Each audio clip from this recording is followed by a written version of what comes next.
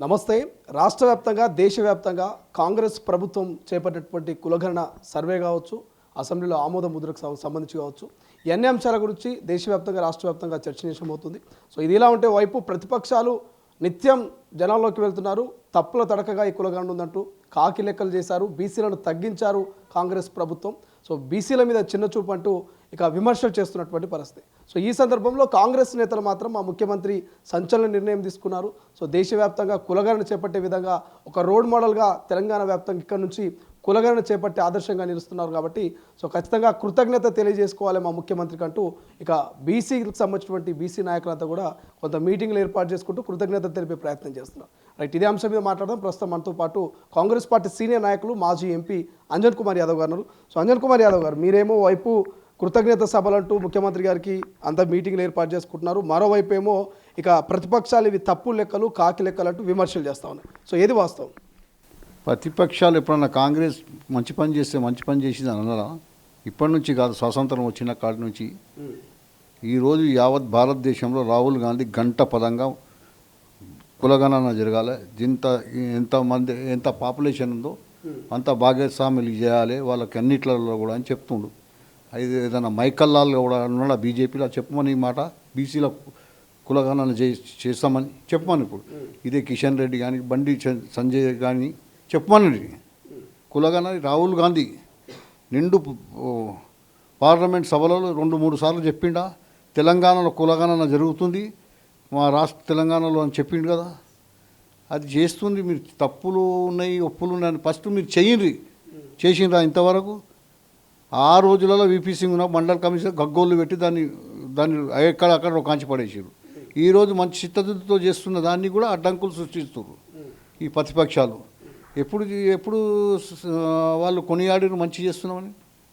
ఈరోజు రెడ్డి సామాజిక వర్గం చెందిన సీఎం రేవంత్ రెడ్డి గారు అందరినీ చైతన్యపరుస్తూ అన్ని కులాలను పరుస్తూ మీరందరూ కూడా నామోదు చేసుకొని మీరు మీకు ఎంతమంది కులం ఉందో మీకు అంత ఇస్తదారి ఇస్తందుకే రాహుల్ గాంధీ చెప్తుండు కదా. రాహుల్ గాంధీ పట్టుదలతో చేస్తున్నందుకు ఈరోజు మన రాష్ట్రంలో తొలిసారిగా కులగణన జరిగింది. 42% రిజర్వేషన్ ఇస్తాను అసెంబ్లీలో చెప్పిండు. మళ్ళీ 1 తారీఖు నుంచి 5 తారీఖు అసెంబ్లీ పెట్టి దాన్ని అఫీషియల్గా చేసి కేంద్రానికి పంపిస్తామని చెప్తున్నారు కదా. ఫస్ట్ టైం అన్ని కులాల మొట్టమొదటిగా మేము సీఎం గారికి రాహుల్ గాంధీ గారికి తెలంగాణ ఇచ్చింది. ఎన్ని అట్టంకులు అడదొడుకులు వచ్చినా సోనియా గాంధీ తెలంగాణ ఇచ్చింది కదా. అదేవిధంగా ఇవాళ రాహుల్ గాంధీ ముక్కు తిప్పలు పెట్టి కన్నమ్మ బాధలు పెడుతున్నా ఇంత బీసీ కులగణన జరగాలని చెప్తుండు కదా. ఎవడున్నాడు ఆ మైకల మగోడైతే చెప్పమనండి. నేను నా సవాల్ ఇస్తున్నా, కులగణన చేయమని చెప్పు. తప్పులు తర్వాత ఒక్క మాట ప్రధానమంత్రి మోదీతో చెప్పి కులగణన చేస్తాం మేము కూడా అని. ఎవరి దమ్ము లేదు, ధైర్యం లేదు, కానీ చేసిన దానికి టంకులు రకాలు చెప్పుకుంటే మాట్లాడుతున్నారు. కానీ కవిత కాకి లెక్కలు చేసింది ప్రధానంగా కాంగ్రెస్ ఓట్ల కోసమే ఈ రకమైనటువంటి లెక్కలు చేసి బీసీలను తగ్గిస్తున్నారు, ఓసీలను పెంచుతున్నారు రాష్ట్రంలో చెప్తా ఉన్నారు. బీసీలు అలా కులగణన చేసింది కదా, సకలజన సమ్మె చేసి బయట పెట్టి రాళ్ళు. ఎన్ని కులం యాదవులు ఎంత ఉన్నదని చెప్పరా? ఇవాళ టాప్లో యాదవులు ఉన్నదని చూపించిందా ఒక్కసారి అన్న? చెప్పిర్రా? ఎన్ని పదవులు ఉన్నారు ఇంట్లో? యాదవులు ఎంతమంది మంత్రులు ఉన్నారు, వాళ్ళ ఇంట్లో ఎంతమంది మంది ఉన్నారు? కేసీఆర్, కేటీఆర్, హరీష్ రావు, ఇంకోళ్ళ మా సడ్డకుని కొడుకులు, రాజ్యసభ అన్ని ఆమె ఎమ్మెల్సీ ఏకైనా వచ్చి వాళ్ళ ఇంట్లో. అలా శాతం ఎంత ఉంది? 1% లేని వెలమలు ఇలా ఉన్నారు. యాదవులు ఇలా ఎంతమంది ఉన్నారు? 25 లక్షల మంది యాదవులు ఉంటే మా గురించి మాట్లాడతారు వాళ్ళు. నేను అనేది ఏది ఉన్నా అన్ని కులాలకు న్యాయం జరగాలని. ఎక్కువ కులం కాదు, అన్ని బీసీలు అన్ని వర్గాలు. రాహుల్ గాంధీ గారి న్యాయంగా చేసి మీరు అందులో నామోదే చేసుకోలే. మీరు మీ ఇంటికి వస్తే మీ ఇంట్లో ఎన్రోల్మెంటే చేయలేదు, నామోదు చేసుకురా కులగణన. సకల జన సమ్మెని అంత దేశం మొత్తం పిలిపించి చేసి ఒక్క దినంలో దాన్ని బయట పెట్టలేదు. మళ్ళీ ఏ కులం ఎంత చెప్పిర్రా? మళ్ళీ ఎట్లా అన్యాయం జరుగుతుంది అంటది ఆమె? ఎట్లా అంటది? బీజేపీ అదేవిధంగా కాంగ్రెస్ ఈ రెండు ఒకటే. మోడీ రాహుల్ గాంధీ ఛాయ్ తాగినంత సేపు కాదు రిజర్వేషన్లకు రాజ్యాంగ సవరణ చేసి బీసీలకు 42% రిజర్వేషన్ కల్పించండి అని అంటున్నారు. ఇది సాధ్యమేనా? నిజంగా ఛాయ్ తాగినంత సేపట్ల రాజ్యాంగ సవరణ చేసి 42% రిజర్వేషన్ కల్పించవచ్చా? కేటీఆర్ సేపట్ల తెలంగాణ ఇచ్చేది ఉండే మళ్ళీ అప్పుడు ఎందుకు వెళ్ళే? ఒక్క ఓటు 2 రాష్ట్రాలు అన్నదిగా. నాగ్పూర్ రిజర్వేషన్ ఇచ్చిర్రా మళ్ళా? ఎన్నిసార్లు ప్రయత్నాలు చేయలే? 10 ఏళ్ళు పోరాడితే సోనియా గాంధీనే ఇబ్బందులు చేసిర్రు. అయినా అన్ని దడుకో ఆ రాష్ట్రం పోయింది అలా అయినా ఇచ్చిందా? సాక్రిఫైస్ చేసి తెలంగాణ ఇచ్చి తెలంగాణ తెలుగు ప్రజలకు న్యాయం చేసి సోనియా గాంధీ కుటుంబం ఆ అమరుల కుటుంబానికి వీళ్ళు ఏదైనా ఏదైతే చూపించే అర్హత ఉందా? వీళ్ళకు అర్హత ఉన్నదాయా? ఇందిరాగాంధీ చచ్చిపోయిన దేశం గురించి తునాతునకలైన Rajiv Gandhi. What is this? ఏం మాట్లాడుతున్నారు వాళ్ళు? కన్యాకుమారి నుంచి కాశ్మీర్ దాకా 4500 కిలోమీటర్లు పాదయాత్ర చేసి వీధి వాడ ఎండనక వాననక వనగండ్ల అన్ని ప్రాంతాల్లో దిగి అందరి ఆవేదన విన్న తర్వాతనే ఈ బీసీ కులగణన జరగాలని అంటుండు. ఈరోజు ఒక్క బీసీ కూడా ఉద్యోగపతి ఉందా అని అంటుండు. ఎవడన్నా దమ్ములు ఉన్నాయా? మోదీకి సవాల్ ఇస్తున్నాడు, అంబానీకి సవాల్ ఇస్తున్నాడు, అదానికి సవాల్ ఇస్తుండా? ఒక్క బడుగు బలైన వర్గాలు ఉద్యోగపతి లేడు. ఇలా సిగ్గుచేటు 100 మంది ఉన్నారని ఒక్క వ్యాపారవేత్త నామోదైన ఒక్కడు లేడు. దేశం యావత్తు 140 కోట్ల జనాభాల అని చెప్తున్న మొగోడెవడు? రాహుల్ గాంధీ. కులగణన చెప్తున్న మొగోడెవడు? రాహుల్ గాంధీ. వాళ్ళకి సత్తా ఏమైనా దమ్ము ఉంటే చెప్పమని మాట. ఇప్పుడు మీ బీసీలలో ఇంకొన్ని పార్టీలకు సంబంధం లేని కొన్ని సంఘాలు మద్దతు ఇవ్వట్లేదు, కొన్ని సంఘాలు వ్యతిరేకిస్తున్నాయి. ఎట్లా చూస్తారు? జాదల సింగ్ కానీ ఆర్ కృష్ణయ్య కానీ. ఆర్ కృష్ణయ్య పోయి బీజేపీకి నాడు రాజ్యసభ తెచ్చుకుండు. ఆయన అట్లా మాట్లాడకుండా ఎట్లా మాట్లాడతాడు? ఏం మాట్లాడుతురు? జాజుల జీజాలు ఇప్పుడు చేసింది ఎవరు? కాంగ్రెస్ పార్టీ చేస్తుంది. దమ్మున్న మగోడు రాహుల్ గాంధీ చేస్తున్న ఇది కులగణన. ఏం రాముడు అంటే మీ రాముడు మీ ఒక్కరికే రాముడు? మాకు రాముడు కదా, మా దేవుడు కదా. అరే పని చేసి ఓట్లు అడుగురి. సంవత్సరానికి 2 కోట్ల ఉద్యోగాలు ఇస్తాను. ఇచ్చినారా? మోదీ ఇచ్చిండా? ఏం మాట్లాడు? సబ్జెక్ట్ మీద రమ్మనాలను. ఇప్పుడు బండి సంజయ్ కొట్టి ఓట్లు అడిగే అలవాటు అయిపోయింది. హిందూ ముస్లిం కొట్లాడలు పెట్టి బండి సంజయ్ కూడా అదే అంటున్నాడు, బీసీలలో ముస్లింలను కలపొద్దు, ముస్లింలకు మేము వ్యతిరేకమని. మోదీ చెప్పినాడు గుజరాత్లో. ఆయన ముఖ్యమంత్రి ఉన్నాడు, తీయమంత్రి రికార్డు చెప్పమని మనం ఓపెన్గా చెప్పు. ముస్లింలకు ఇవ్వద్దని ముస్లింలను పంపించి అక్కడక్కడ ఓట్లను పిచ్చమనుకుంటున్నారు వాళ్ళతో. ఇప్పుడు మీరే ప్రధానమంత్రి కదా, 15 ఏళ్ళ నుంచి తేనె బల మొగదమ్ము లేదు. ఇంటర్నల్ వాళ్ళతో తయ్యపై ఉంటారు. ముంగటికి వచ్చేవరకు ఈ డ్రామాలు ఆడుతుంటారా? ఇంటర్నల్ అంతా ఒకటే. ఏడేడ పోయి బీహార్లో నాశనం చేపిస్తుంటారు, మహారాష్ట్ర రాజు ముస్లింలను డివైడ్ చేయించుకొని బీజేపీ హిందూ సెంటిమెంట్ కొట్టి గెలుస్తుంది. ఎడికేం గెలుస్తుందా? ఏం చెప్తారు? మీ ముఖ్యమంత్రి గారు మార్చి 10న ఢిల్లీకి అందరినీ కలుపుకొని పోతా అంటారు. కానీ బీజేపీ ఎంపీలు వచ్చే అవకాశం ఉందా? లేకపోతే బీఆర్ఎస్ మాజీ ముఖ్యమంత్రి వచ్చే అవకాశం ఉందా? ఎవరు వచ్చే అవకాశం ఉంది? ఎవరు మీకు మద్దతు ఇస్తారు? ఢిల్లీకి బీసీ కులగణన బిల్లును ఢిల్లీలో ఆమోదించుకోండి. తర్వాత మాజీ అధ్యక్షుడు అపోజిషన్ లీడర్ రాహుల్ గాంధీ చెప్తుండు కదా, ఇంకెవరు వచ్చి మద్దతు ఇచ్చేది? మద్దతు ఇస్తున్నారు రేవంత్ రెడ్డి గారు. ఇక చేయొద్దు అంటుండు. చేసి చూపించినాక చెప్తాను కూడా. రాహుల్ గాంధీ మాటనే నా వేదం అంటున్నా. ఆయన ఎట్లా చెప్తే నేను అట్లా నడుచుకుంటా అంటున్నా లేదా? ఇంకేం కావాలి? ఇంకేం మద్దతు కావాలి? బీజేపీ నాయకుల మద్దతు వద్దా? బీఆర్ఎస్ నాయకుల మద్దతు వద్దా? వాళ్ళు ఎప్పుడు ఏడుస్తూనే ఉంటారు. మంచి పనులు శుభం జరుగుతుంటే అపశుభం పలికే వీళ్ళంతా. కాంగ్రెస్ ఓట్ల కోసము సీట్ల కోసమే బీసీ కులగణన బీసీల మీద ప్రేమ చూపిస్తుందా, లేకపోతే నిజంగానే బీసీల మీద ప్రేమ ఉన్నదా? ఎలక్షన్ ఉన్నదా? 10 ఏళ్ళు ఓటర్ వాళ్ళు ఇచ్చి రాష్ట్రాన్ని వచ్చి ఏడాది కాలే ఇవన్నీ ఓట్ల కోసమా? ఓట్ల కోసం చేసి ఉంటే దేశం గురించి ప్రాణాలు అర్పించి దేశం స్వాతంత్రం తెచ్చిన పోరాడి తెచ్చిన జైళ్ళల్లో మక్కింది మోతీలాల్ నెహ్రూ లే ఈ బీజేపీ కూడా మొక్కిండా? బీజేపీ జైల్లో ఉన్నాడా? దేశ స్వాతంత్రం గురించి ఉన్నాడా? ఎవరు లేడు. దేశానికి ప్రాణాలు అర్పించిన కుటుంబం, ఆ కుటుంబం అందరూ అన్ని వర్గాల ఆ రోజుల్లోనే చేసిండ్రు. వీళ్ళు ఏది వాళ్ళ ఇంట్లో ఒక గోరుబి కోసుడు పోలే, ఒక ఏలు పోలే మాట్లాడతారు. అడ్డగోల నోటికి వచ్చినట్టు మాట్లాడేది ఒకటి నేర్చుకోరు. సెంటిమెంట్ కొట్టేది ఒకటి నేర్చుకోరు. మేము వాళ్ళకన్నా స్వచ్ఛమైన హిందువులో మేము ఆర్టిఫిషియల్ హిందువులు అమైందా? మేము స్వచ్ఛమైన హిందువులం, స్వచ్ఛమైన సెక్యులరిజం.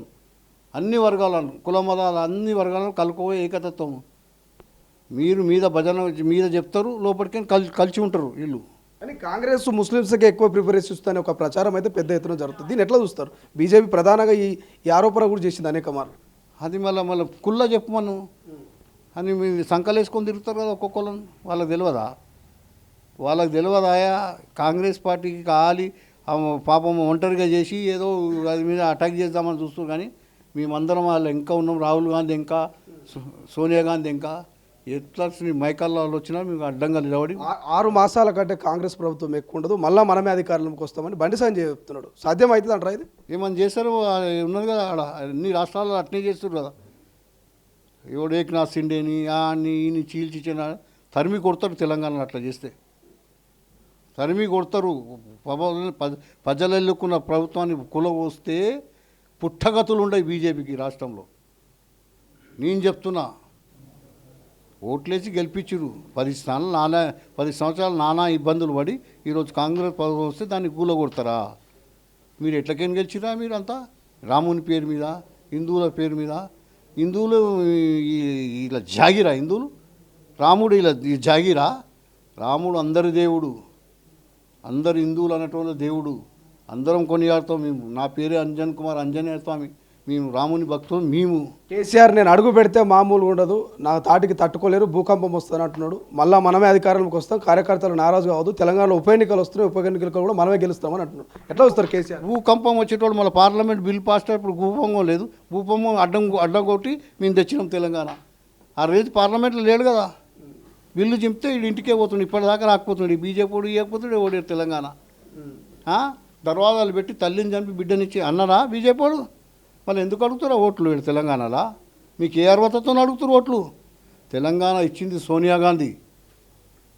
తల్లిని చంపి దర్వాజాలు బంద్ చేసి కొట్టి ఇచ్చి ఏదో చేసి పలగొట్టి ఇచ్చినాం కదా తెలంగాణ. మీకెందుకు నొస్తుంది? మళ్ళా నొచ్చిన తెలంగాణలో ఓట్లు అడుగుతారు మీరు. నేనున్నగా ప్రజెంట్ కేసీఆర్ లేడు పార్లమెంట్లో. అంజన్ కుమార్ యాదవ్ ముష్టిగుతాలు కొట్టిన తెల్లారి పేపర్ ఇవ్వాలది మీకు తెలుస్తుంది. సాగు నోట్ల తలకాయ పెట్టి తెలంగాణ తెచ్చినట్టు కదా మరి కేసీఆర్. నోట్లేడు సాగు పార్లమెంట్లో ఉండేనా? ఆయన నోట్లో పెట్టినాడు. పార్లమెంట్లో ఆయన లేడు, నోట్లలో పెట్టిండు. ఆడ బిస్తర్ మీద వండుకొని ఒకడో నీళ్ళ బాటలు చేయగా లేచి కూకున్నాడు. ఆ రోజు యూనివర్సిటీ పిల్లలు గడబడి చేస్తే మళ్ళీ వండుకుండు. అప్పుడే లేచినుండే కదా, లేవలే. విమానం మాట చెప్పారు, పండుకొని నిమ్మకాయ రసం ఓడిచ్చిండో నాకు తెలియదు, కానీ ఎవరో విషయంగా లేచి కూకున్నాడు. మళ్ళీ కూరలు గడబడి చేస్తే మళ్ళీ పలంగ మీద వండుకున్నాడు. ఆయన ఏం లాగుండే, ఆయన వేటేం తిరిగింది, ఎట్లున్నా అంతే ఉన్నాడు, అది గడ్డం పెరిగింది అంతే. సాగు నోట్లోకి పోయి వచ్చిందండి. ఆయన కాళేశ్వరం ఇష్యూ నడుస్తున్నది, ఫోన్ ట్యాపింగ్ ఇష్యూ నడుస్తున్నది, చెప్పుకుంటూ విద్యుత్ కొనుగోలు నడుస్తుంది, గొర్రెల స్కామ్, బర్రెల స్కామ్, దళిత బంధు, అన్ని స్కామ్ల మీద విచారణ జరుగుతున్నాయి. ఏదొక్కటి కూడా కొలికి రానట్టున్నది, అరెస్టులు కానట్టున్నది. ఎట్లా చూస్తారు దీన్ని? 7 లక్షల రూపాయలు అప్పుల పాలు చేసారు. మేము స్కీములు ఇస్తున్నాం, ఎంత నానా తిప్పల పడి అన్ని రైతులకు బంద్ చేస్తున్నాం, అన్నీ వేస్తున్నాం, అడ్డగోలు చేసి దానికే కొన్ని లక్షలు మితి కడుతున్నాం. ఆయన చేసిపోయిన అప్పులకు మిగులు బడ్జెట్ ఉన్న రాష్ట్రాన్ని ముంచిపోయేసి నిండుగా ఉంచిన దానికి మితిలు కడుతున్న దానికి సగం పోతుంది బడ్జెట్ అంతా. ఇక మెల్లగా అడపా చేసుకుంటూ సరిదిద్దుకుంటూ వస్తుంటే 360 రోజులు అయింది. ఇక ఏం పోయిందంటే కొంప మున్నది. అది గగ్గోళ్ళు వెతుకుంటారు, అయిపోయి ఏమైపోయింది ఆయన? మంచిగా ఉన్న దాన్ని ఈడ గొర్రెలోనికి గొర్రెలు ఇవని అడిగినాం మేము. ఇచ్చి అంతా మా చదువులు పాలు చేసేది యాదవుల పిల్లలు చదువుకొని కొన్ని వేల మంది నాశనమయ్యేది గొర్రెలు దిక్కింది. అదొక పెద్ద స్కామ్ అయింది. మళ్ళీ అది ఎప్పుడు బయట పడుతుందో ఎవరిలో పడిపోతారో తెలియదు. ఇంకా అది ఎవరి ప్రభుత్వంలో అయింది? ఎవరి ప్రభుత్వంలో అయింది? ఇప్పుడు గొల్లోళ్ళు యాదవులు ఎంత శాతం, వెలుబోళ్ళు ఎంత శాతం ఉన్నో చెప్పురా. దానికి దీన్ని కంపేర్ చేస్తే మాకేంది రావాలి, వాళ్ళకేంది పోవాలి పదవులు? ఇప్పుడు మీ కాంగ్రెస్ వచ్చినాక మరి మీ యాదవ్లకు ఇచ్చిందా పదవులు ఏమైనా ఇచ్చిందా? ఇది పంచాయతీ అంతా ఇప్పుడు అదే కదా, మాకు కావాలని కొట్లాడుతున్నాం, మీటింగ్లు పెడుతున్నాం. మంత్రివర్గంలో ఒక యాదవ్ లేడు, కార్పొరేషన్ చైర్మన్లో ఒక నామినేటెడ్ పోస్ట్లో యాదవ్ లేడు, ఎమ్మెల్సీలో ఒక యాదవ్ లేడు. సో యాదవ్లకు ఎక్కడ న్యాయం చేసింది కాంగ్రెస్ ప్రభుత్వం? అదేనైనా నిన్న గొడవ హనుమంతరావు అన్నాడు. గొడవ ఏం గొడవ ఇది? అన్ని కులాల పేరు చేసి యాదవుల కులం చేయలే పేరు కానీ అదే కదా యాదవులు కనిపిస్తారా అని కంటికి అని అడిగిన. యాదవులకు ఏమీ లేదు, మీ రాజ్యసభ ఇచ్చిన Anil Kumar Yadav youth Congress elected president, అఖండ ఆంధ్ర రాష్ట్రానికి వైస్ ప్రెసిడెంట్. మషీరాబాద్ నిలబడితే second sitting MLA doctor Laxman మీద, సిట్టింగ్ ఎమ్మెల్యే రాష్ట్ర బీజేపీ అధ్యక్షుడు లక్ష్మణ్, ఆషామాషి కాదు, ఆయన మీద 10,000 ఓట్లు ఎక్కువ తెచ్చి వచ్చిండు. అది మా సీటు కాదు. మరి అనిల్ ఏదో అంజన్ కుమార్ కొడుకు అంటే ఇంట్లో అంబాడుతున్నాం తీసుకొచ్చిరా రాజ్యసభ. దత్తాత్రేయ మీద కాంటాక్ట్ చేయమని అందరు కొడుకులకు అడిగిరు, ఎంతమంది ఉన్నారు అందరిని అడిగితే ఎవరు నేను చేయనన్నారు. ఆఖరికి నాగేందర్ అంటానికి ఇస్తే ఆయన నాకు ఓడిపోయేది ఇచ్చాను, డిసైడ్ వెళ్ళిపోయాడు, పార్టీ వదిలి వెళ్ళిపోయాడు. ఆ టైంలో మేము కష్టకాలంలో ఉంటాం. మొన్న కరోనా లాక్డౌన్లో మేము సిటీ అధ్యక్షుడిగా ప్రజలలో ఉండి వెంటిలేటర్ మీద సాగు బతుకుల మీద బయటకు వెళ్ళిన. అందరూ అయిపోయింది, అంజన్ కుమార్ యాదవ్ గాన్ గో ఇటు చెప్తున్నారు. ఇన్ని రోజులు అంతా ఏడికని నాయకులు తయారయ్యారు, మా యాదవులను పెట్టుకొని నాయకులు అయ్యారు. ఇప్పుడు అంతా దూరం జరిగే వరకు వాళ్ళు భయం అవుతుంది. ఇప్పుడు మరి మీరు అన్నట్టుగానే యాదవ్లో చాలామంది యువ రక్తం ఉన్నది, వాళ్ళంతా కూడా నిత్యం పార్టీ కోసం కష్టపడుతున్నారు, మీలాంటి సీనియర్లు ఉన్నారు, కానీ ఎక్కడ కూడా నామినేటెడ్ పోస్ట్లోనో లేకపోతే మంత్రివర్గంలోనో ఒక క్లారిటీ ఇవ్వట్లేదు. సో ఆ క్లారిటీ విషయంలో మీరేమైనా సీనియర్గా మాట్లాడే అవకాశం ఉందా? సీనియర్గా అమ్మాయినా అడగని ఇప్పిస్తుందా? ఆకలి అయితే తంతే రొమ్ము మీద చిన్న పిల్లోడు ఏం చేస్తే ఇస్తుంది పాలు. అరే ఇంకా ఆకలి అయిందట్టుంది, వాళ్ళకి అర్థమైతే లేదు. అదోళ్ళకి ఆకలేదని కొడుకులు పక్కన వాళ్ళు నేర్పిస్తారు, వాళ్ళకి ఏకున్నా నడుస్తుంది, అది ఎట్లా చేయరు అని చూపిస్తే అందుకే మేము వీడికి రంగం మైదానంలో దిగుతున్నాం. సెక్రటరియట్ది పెచ్చులు ఊడిపోతున్నాయి, పర్యలు వాస్తున్నాయి, కాళేశ్వరం అట్లా అయింది, ఇదేం ఇట్లా అయింది, దీని మీద మాట్లాడతారా? హరీష్ రావును కేటీఆర్ను అడిగితే చెప్తారు ఏమయ్యా ఎట్లా ఏ క్వాలిటీతో చేసిరు, వాళ్ళకు ఏ సిమెంట్ పెట్టినా అడగాలి మీరు, అప్పుడు తెలుస్తుంది. అర్థమైంది. ఏం చెప్తారు ఫైనల్గా బీసీలకు, యాదవులకు, కాంగ్రెస్ పార్టీ కార్యకర్తలకు, తెలంగాణ ప్రజలకు ఏం చెప్పదలుచుకున్నారు? తెలంగాణ ప్రజలకు, బీసీలకు, అందరితో అన్ని కులాలకు సరియైన న్యాయం జరగాలి. ఎంత ఉన్నారో వాళ్ళ శాతం అంత విధంగా వాళ్ళకు ఇలా పక్షపాతం జరగకుండా వాళ్ళకు పదవులలో న్యాయం జరగాలనా లేదా? ఒకటే కులం వేసుకొని పోతుంటే ఎక్కడికైనా అవుతుందా? స్వాతంత్రం వచ్చిన నుంచి ఇప్పటి వరకు బీసీ యాదవ్ అన్నట్టు ఒక్కసారి పీసీసీ ప్రెసిడెంట్ కాలే అయ్యిందా? మునురు కాపులు, కేశవరావు, పొన్నాల లక్ష్మయ్య, బొచ్చ సత్యనారాయణ, డి శ్రీనివాస్ 2 సార్లు, హనుమంతరావు, బీసీ లక్కంతా ఎక్కడ పోతుంది? ఎవరు తీసుకుంటారు? ఆడ వదలంగానే వీళ్ళు తినేస్తారు. మా దాకా రాణిస్తున్నారా? ఇప్పుడు గౌడ 2 సార్లు అయ్యిండు, మల్లికార్జున్ గౌడ అయ్యిండు, మనము మహేష్ గౌడ అయ్యిండు. యాదవ్ అన్నట్టు అయిందా? రాలే. వస్తారు యాదవ్కి ఒక మినిస్ట్రీ వాడే వస్తారు. పాడి పరిశ్రమ గొర్రెలు బర్రెల కాడనే ఉండాలి. ఇంకా మాకు ఎక్సైజ్ శాఖ వద్దు, నా హోమ్ శాఖ వద్దా? ఖాళీ పాడి పరిశ్రమ కాడ ఉండాలి. What is this? అవునా కదా? నువ్వు చూడు, అప్పటి నుంచి అదే ఫస్ట్ మా రాజశేఖర్ రెడ్డి గారు పాపం పెద్ద మనిషి రెవెన్యూ మినిస్ట్రీ ఇచ్చిండయా, అంతకుముందు పాడి పరిశ్రమ దాటరు. ఇప్పుడు యాదవ్లు కనుక మంత్రివర్గంలో తీసుకుంటే ఏ శాఖ కోరుకుంటున్నారు అంజనీ యాదవ్ గారు? మంచి ఇవ్వాలి, వాళ్ళు ఎట్లా తింటారో మాకు ఎట్లా వడ్డీమంటున్నాం. మలై మస్క మీరు నుండి ఆ డికాషన్ మాకు వస్తారా బాబు? అవునా కదా? ఆర్థికంగా ఎదగొద్దు, ఏడున్నాడు ఆడే ఉండాలి. ఇక మీద పెట్టి బండ మీదకి ఇంకా రాయితోని బండతో వస్తారా బాబు అని అంటున్నాం మేము. ఏ ఒక్కరు కదా? పాపం కింద రాహుల్ గాంధీ, సోనియా గాంధీ, ఖర్గే గారు, పాపం సోనియా గాంధీ ఇంత మాకు కన్నా కొడుకుల్లా కన్నా ఎక్కువ పార్లమెంట్లో మమ్మల్ని రోజు చూస్తుండగా ఆమెకు ఆవేదన ఉండే తెలంగాణ ఇవ్వాలని. ఈ కొడుకులకు ఎవరికి లేకుండే, సోనియా గాంధీకి ఉండే. ఆమె ఇచ్చినందుకు ఇక తెలంగాణ రాష్ట్రం అయితే ఆంధ్ర రాష్ట్రంలో కాంగ్రెస్ పోయింది. ఇచ్చి ఆ రోజు ఇవ్వకుంటే ఎందుకుంటే ఆంధ్రలో మేమే ఉంటుంటే, ఈడ మేమే ఉంటుంటే ఉండకపోతుండేమా? కేసీఆర్ అమెరికానో సింగపూర్ పోతున్నాడు, చాలా రోజుల తర్వాత పోతున్నాడని ప్రచారం జరుగుతున్నది. ఎట్లా చూస్తారు ఇన్ని రోజుల తర్వాత ఫామ్ హౌస్కి వెళ్ళి బయటకు వచ్చి అమెరికా, సింగపూర్? మాకు అవన్నీ ఎక్కడన్నా పోని ఏమన్నా కానీ మాది మాకు కావాలని మేము కొట్లాడుతున్నాం ఇక్కడ. Thank you so much. ఇది యాదవులకు సముచిత న్యాయం కల్పించాలి. పీసీసీ కాలేదు ఇంతవరకు, లేకపోతే మంచి కీలకమైనటువంటి మంత్రి పదవి కూడా యాదవులకు ఇవ్వలేదు కాబట్టి భవిష్యత్తులో అయినా అత్యధికంగా ఉన్నటువంటి యాదవులు ఖచ్చితంగా మంచి పదవులు ఇవ్వాలి, ఆదరించాలని చెప్పేసి అంజన్ కుమార్ యాదవ్ డిమాండ్ చేస్తూ ఉన్నారు. కులగన్న కూడా తొలిసారి తెలంగాణ రాష్ట్రంలో రేవంత్ రెడ్డి ఇక్కడ ప్రతిష్టాత్మకంగా దీన్ని దేశవ్యాప్తంగా తీసుకెళ్తా ఉన్నాడు కాబట్టి ఖచ్చితంగా బీసీలకు రేవంత్ సర్కార్లో, రాహుల్ సర్కార్లో న్యాయం జరుగుతుందంటూ అంజన్ కుమార్ చెప్తున్నటువంటి పరిస్థితి. చూద్దాం ఏం జరుగుతుంది, ఎటువంటి మద్దతు కూడా పెట్టుకుంటారు, మరి పార్లమెంట్లో నిజంగానే ఆమోద ముద్ర వేసుకొని 42% రిజర్వేషన్ను అమలు చేస్తారా లేదనేది. కెమెరా పర్సన్ అజయ్తో శ్రీశైలం, తొలి వెలుగు, హైదరాబాద్. ప్రపంచంలో ఏ మూల ఏ క్షణం ఏం జరుగుతుందో వేగంగా తెలుసుకోవడానికి తొలి వెలుగు వాట్సాప్ ఛానల్ని ఫాలో చేయండి.